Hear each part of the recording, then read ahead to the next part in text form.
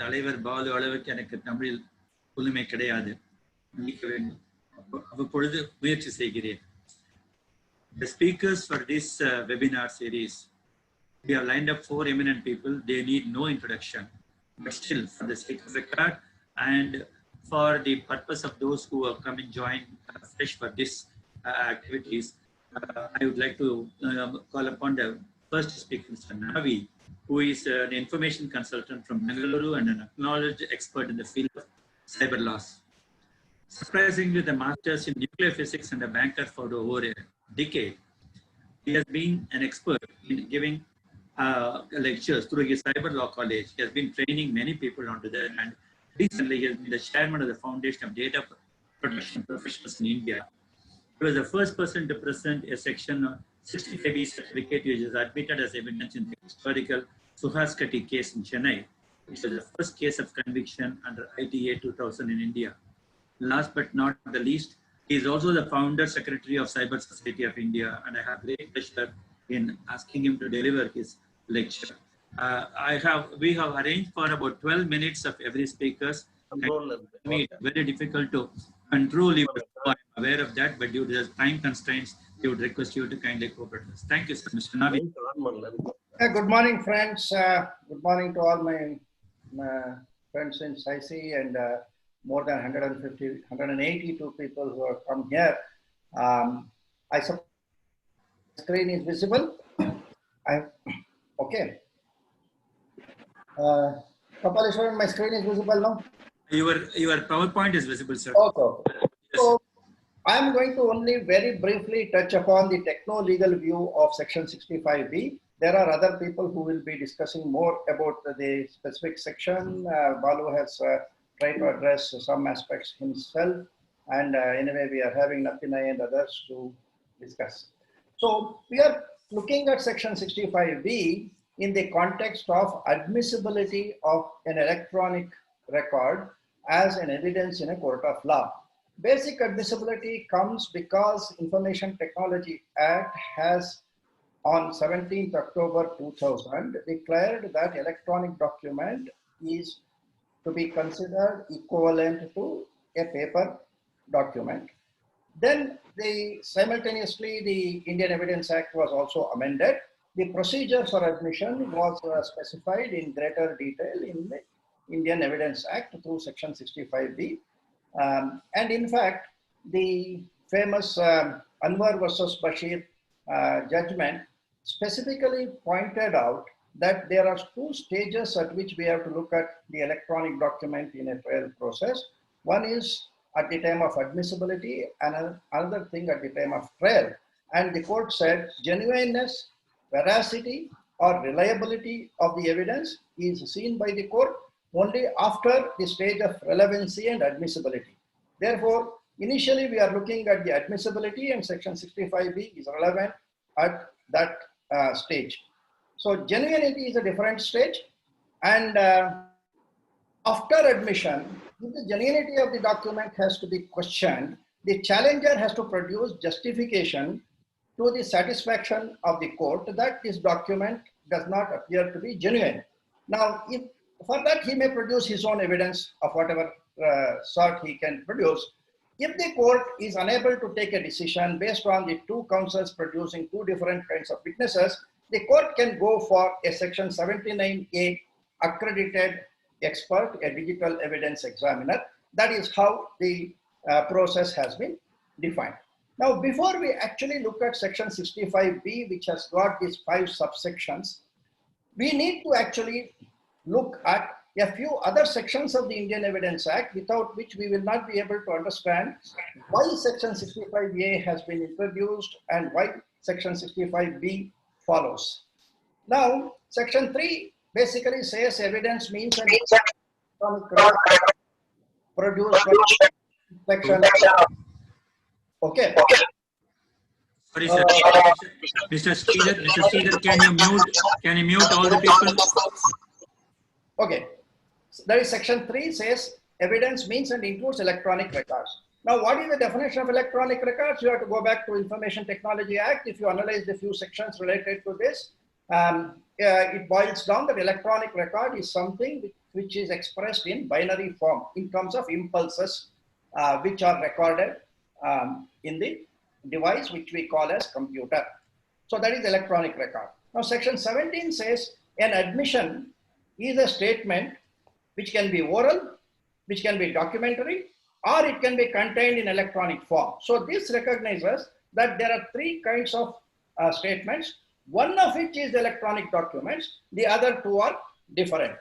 Then Indian Evidence Act goes on to describe how oral evidence is admitted, how documentary evidence is admitted, and later on comes to how electronic document has to be admitted.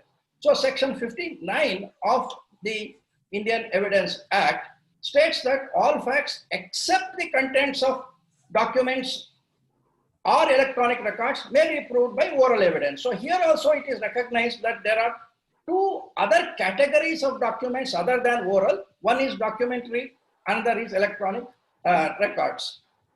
Now, additionally, section 22A also talks about oral admissions as to the contents of electronic record. So when electronic record is produced, whether oral admission along with that is admitted, no, it doesn't allow that as per section 22A.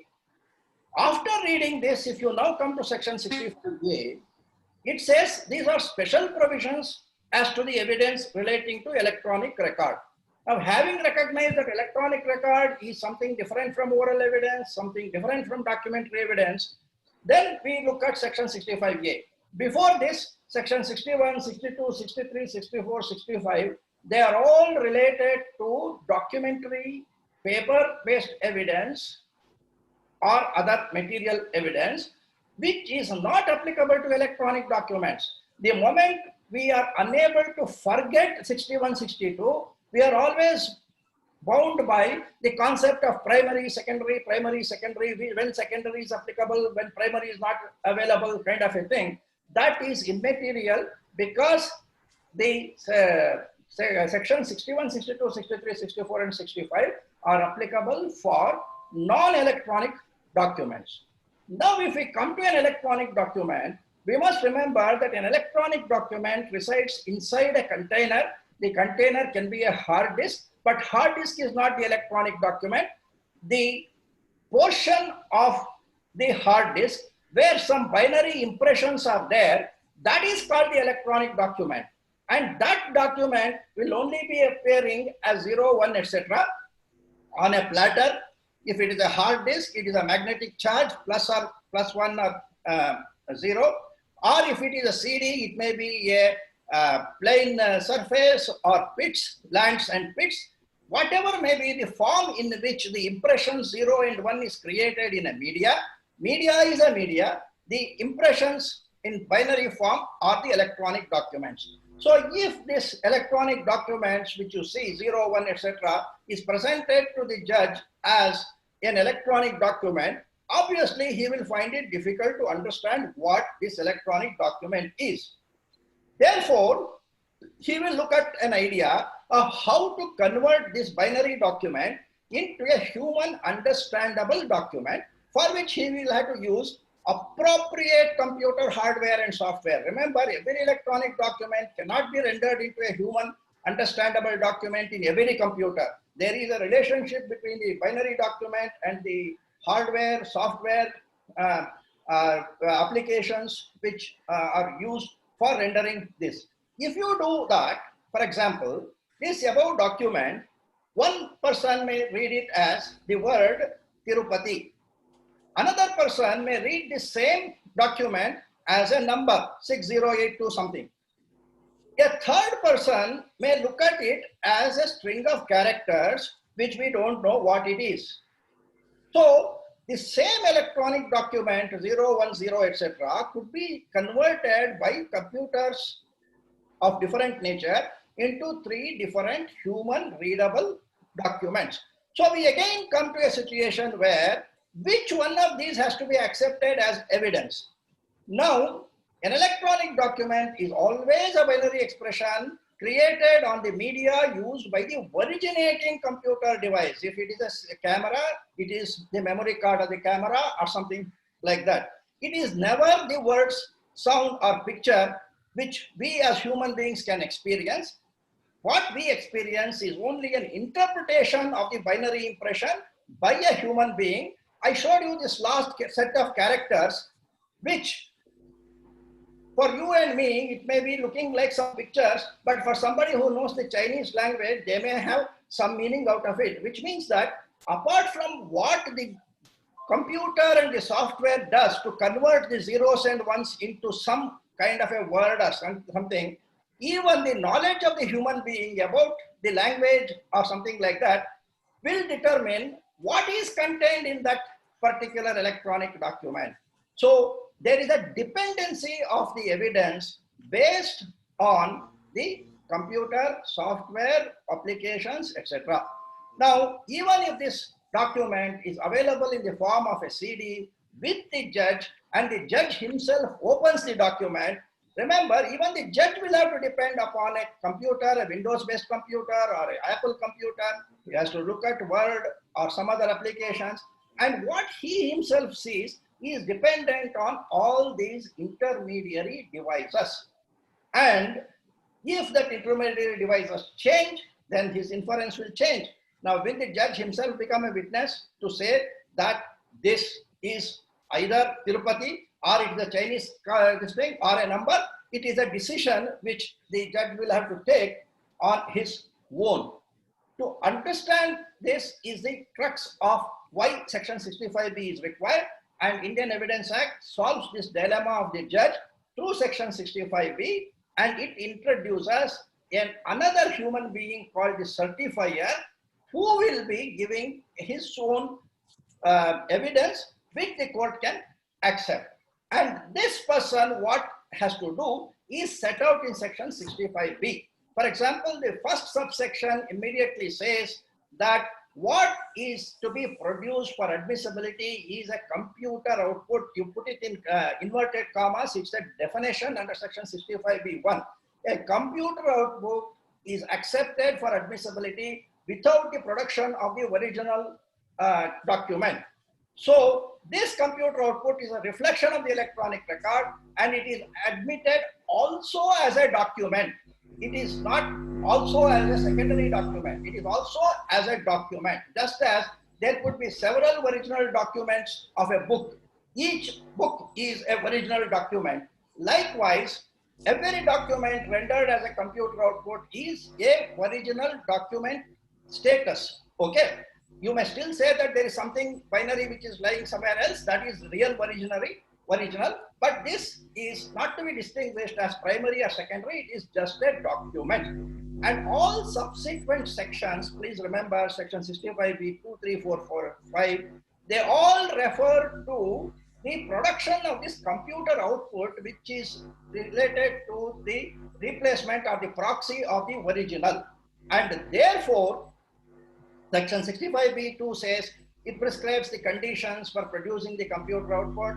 Then subsection 3 recognizes multiple computers can be used. Then subsection 4 requires what is to be included in the certificate and how it has to be signed. And then this subsection 5 also talks about automated responses.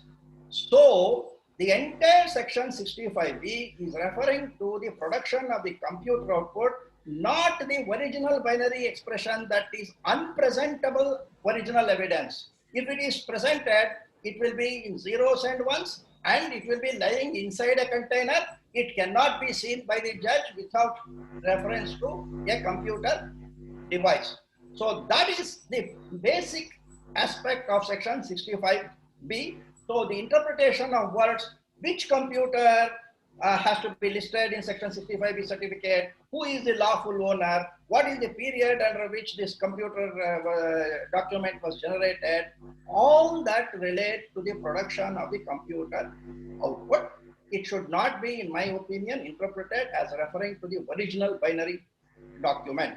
There is no need to classify the electronic documents as primary or secondary, because primary document is always not human readable except with the use of intermediary devices. Therefore, it is not relevant as an evidence. So evidentiary record flows from the origination of an electronic document, goes into a storage in a device, then it is observed by the certifier. The certifier will convert it into the computer output. Originator is not the certifier. Device in which the original creation takes place is not the device from which the computer output is produced. If there are transfers of the document to multiple computers, there is something called contemporaneous certifications, which one of the Supreme Court judgments have held as necessary. So this is how we have to look at Section 65B. I request everybody to read Section 65B with this perspective, because this is the only practical and possible way of looking at it. Any other interpretations will render admissibility of electronic evidence an impossibility. Okay. So that is what I want to share. If anybody else has got any other views, we can discuss it. Thank you, Mr. Ravi, sir. You really started the session on a very warm note. And we are more grateful to you for having stuck to the time that has been allocated to you. Thank you very much. We have requested the participants to come post the questions, and we are making a note of it, and maybe at the end of the session, we will take it.